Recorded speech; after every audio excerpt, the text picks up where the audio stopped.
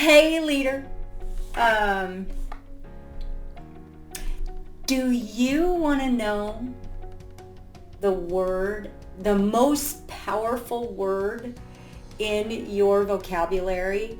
It is the word that can change your life, have you step into a life that is fulfilling and empowered and resonating with aliveness for you as a leader and as a person.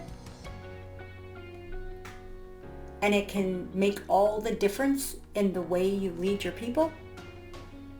Well, come on back and you will find out.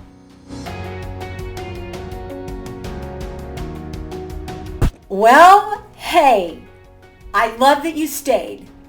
And I am going to share with you the word. You're probably going to just toggle off the minute you hear it. It's the word you love to hate. The word is no. Yeah, I know. You're like, why are we talking about this?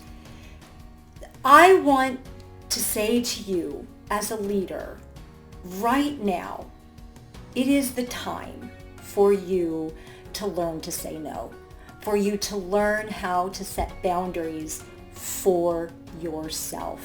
And why am I saying that?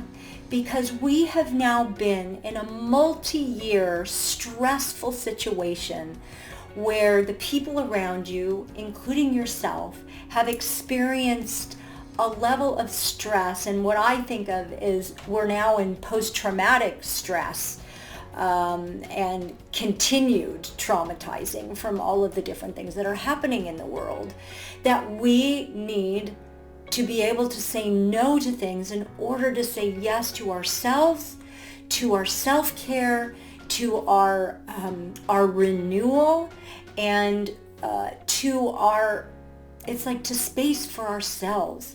It's like if this leader hack, it's like, I beseech you to start listening to that inner part of you that says you need to rest. You need to say no to that project at work. You need to take yourself out of, like, you're in the line of your life, you're way back there.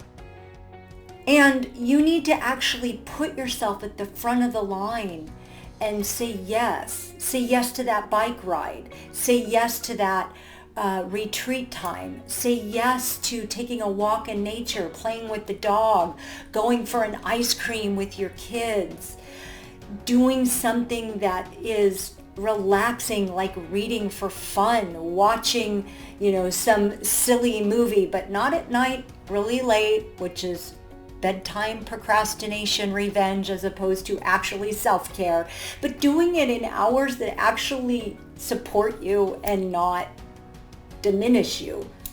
So learn to say no. No, I can't do that. No, I can't do this now because I just set aside time to do something for myself. It's you need to step into being a fierce advocate for yourself. And what does this have to do with your leadership?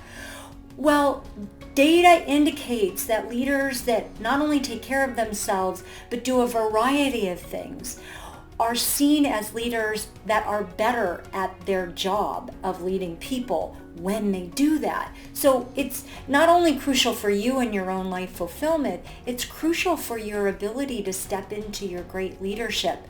And by the way, you're a model for your people. If you're not taking care of yourself, what you're telegraphing is, don't take care of yourself. So, no. Learn to say no. So here's your homework. There's no smart leader hack worksheet for this. It is a simple homework. Say no to 10 things in the next week that are taking over your calendar and not allowing you to take an hour, a half a day, whatever it is for yourself. Say no to things and replace it with that hour of doing something fun for a half a day of doing something substantial for yourself. Because really, you didn't come here, one, to completely overwork yourself and lose yourself, and you didn't come here as a leader to do a suboptimal job. And when you don't take care of yourself, that's where you're headed. what you came here to do is to be great.